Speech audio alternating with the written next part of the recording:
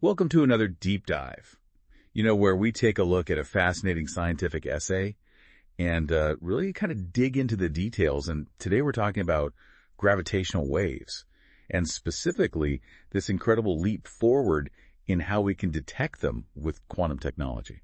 Yeah, it's almost like we've gone from seeing the universe to being able to hear it. Right. Picking up on these ripples in space-time. These ripples in space-time and caused by these massive objects moving around. Galaxies colliding, black holes, merging, all sorts of crazy events. Yeah, and think about this. Einstein predicted this over 100 years ago. It's incredible. And now we're actually able to measure it. It really is mind-blowing. And to really dive deep into this, we're looking at this essay by Virgo, who just does an incredible job of laying out just how these gravitational waves are detected and the role that quantum technology is playing. Yeah, Schneppat goes into some amazing detail about the technology behind these detectors like LIGO and Virgo, which are essentially these giant cosmic microphones using lasers and mirrors to pick up the tiniest changes in distance caused by these passing gravitational waves. It's really hard to wrap your head around the level of precision we're talking about. Oh, absolutely. Schneppat mentions that they can detect length changes smaller than the diameter of a proton. Right. What does that even mean? How do you even fathom that? I know, it's almost impossible to visualize, but think about this. Imagine trying to measure the distance between the Earth and the Sun. Okay. But a change so small, it's like the width of a human hair. Whoa. That's the level of sensitivity these detectors have, and that's what allows us to pick up these faint signals from events happening billions of light years away. It's just incredible. But Schneppat also points out that there's this limit to how sensitive these detectors can be because of something called quantum noise. Yeah, quantum noise, that's a tricky one. So can you explain what that is in a way that someone like me can understand? Sure. Well, it's like this, imagine you're trying to listen to a whisper in a really noisy room. Okay. It's really hard to make out the words over all that background chatter, right? Yeah. Well, quantum noise is kind of like that background chatter. But in the world of quantum mechanics, it's this fundamental fuzziness. Inherent fuzziness. Yeah, that makes it incredibly difficult to get perfectly clear measurements. So it's like this cosmic static that's interfering with our ability to hear these gravitational waves clearly. Exactly, yeah. But here's where it gets really exciting. Schneppat describes how quantum technology is actually being used to reduce this noise. Yeah, that's where it gets really mind-blowing. It's like we're developing noise-canceling headphones for the universe. Right. And one of the techniques Schneppat explains is called squeezed light. And it's fascinating because instead of trying to eliminate the quantum noise entirely, we're kind of manipulating it. Manipulating the noise. Yeah, in a way that makes it less disruptive to our measurements. So we're not turning down the volume of the static. We're kind of changing its frequency so it doesn't interfere with the specific sounds we're trying to hear. Oh, so it's like tuning out the static so you can hear the music underneath. Exactly. Yeah, it's a great analogy. And this squeezing technique is actually being implemented in detectors like LIGO and Virgo already, and it's significantly boosted their sensitivity. Wow. But Schneppat also talks about other quantum technologies that are playing a role here. Like what?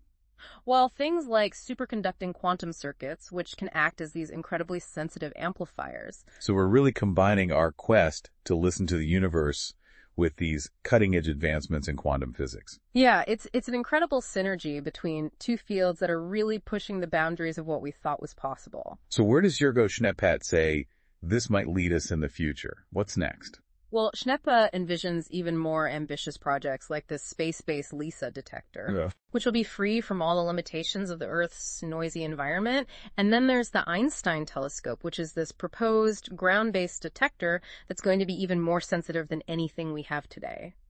These next-generation detectors sound incredible. So what kinds of discoveries do you think they could unlock? Well, we could study supermassive black holes with this unprecedented clarity, witness the mergers of neutron stars in more detail, and perhaps even detect the faintest whispers from the Big Bang itself. It's a pretty tantalizing prospect that Schneepat definitely doesn't shy away from. The Big Bang, wow, that just seems almost impossible to me. I mean, how could detecting these gravitational waves tell us about something that happened billions of years ago? Well, think of it like this, like ripples spreading out from a stone dropped in a pond. Those ripples carry information about the event that created them, right? Sure. So similarly, the gravitational waves from the Big Bang, they would carry information about the very early universe encoded in their patterns. So by listening to these ancient gravitational waves, we could potentially hear the echoes of the universe's birth. Yeah, it's pretty amazing, isn't it? That's incredible. Yeah. But Schneepat also talks about different types of gravitational waves, right? And how they can tell us different things about the universe. Right. Can you elaborate on that a little bit? Sure, yeah. It's like having different instruments in an orchestra, each one playing its own part in this grand cosmic symphony, I like that. Jorgo Schneepat explains that the high-frequency chirps that we've detected so far from merging black holes and neutron stars, they're like the brass section, loud and attention-grabbing, and they tell us about the dynamics of these incredibly dense objects, but then there are also these lower-frequency waves, like the subtle cello or bass notes, coming from sources like supermassive black holes at the centers of galaxies. So each type of gravitational wave source adds its own unique voice to this symphony of space-time. Yeah. Revealing these different aspects of the universe's structure and evolution.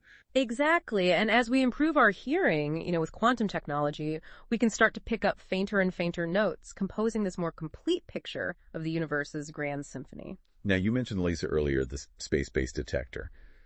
Why is it so important to have a detector in space?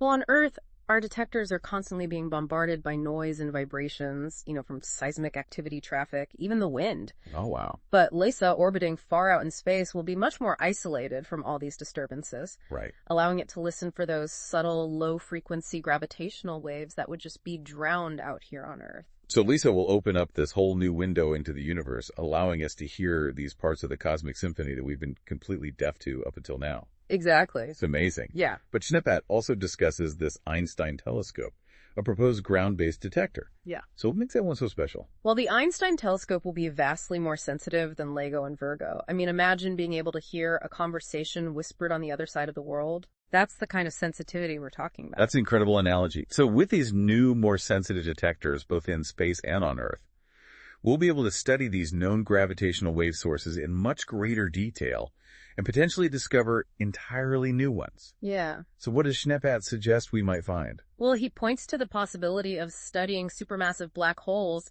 with this unprecedented precision, observing the very moment two neutron stars collide and merge, and even probing the nature of dark matter. Dark matter, that's like one of the biggest mysteries in astrophysics. Yeah.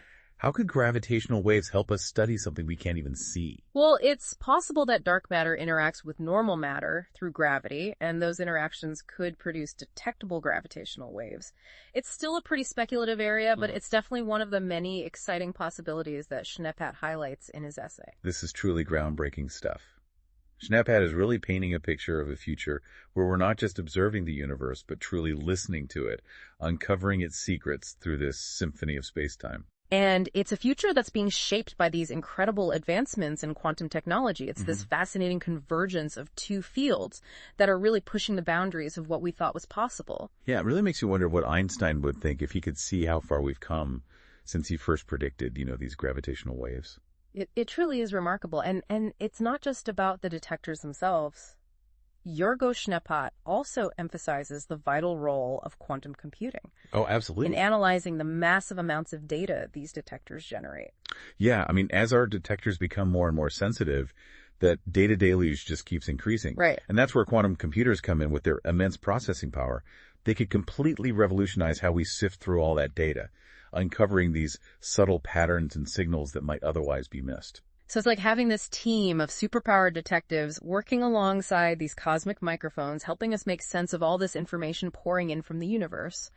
Precisely. And that ability to process data so quickly and efficiently is going to be crucial as we delve deeper into this, symphony of space-time, searching for fainter and more complex signals. So for our listener who's, clearly fascinated by this intersection of gravitational waves and quantum technology, what would you say is the most important takeaway from Schneepat's work? I think Schneepat really drives home the point that this isn't just about building bigger, fancier detectors, you know? It's about harnessing the power of quantum mechanics to enhance our ability to listen to the universe. And it's leading to these discoveries that were once considered, pure science fiction. It's a powerful reminder that what seems impossible today, might be commonplace tomorrow. Exactly. So who knows what other mysteries of the universe will unlock as quantum technology continues to evolve.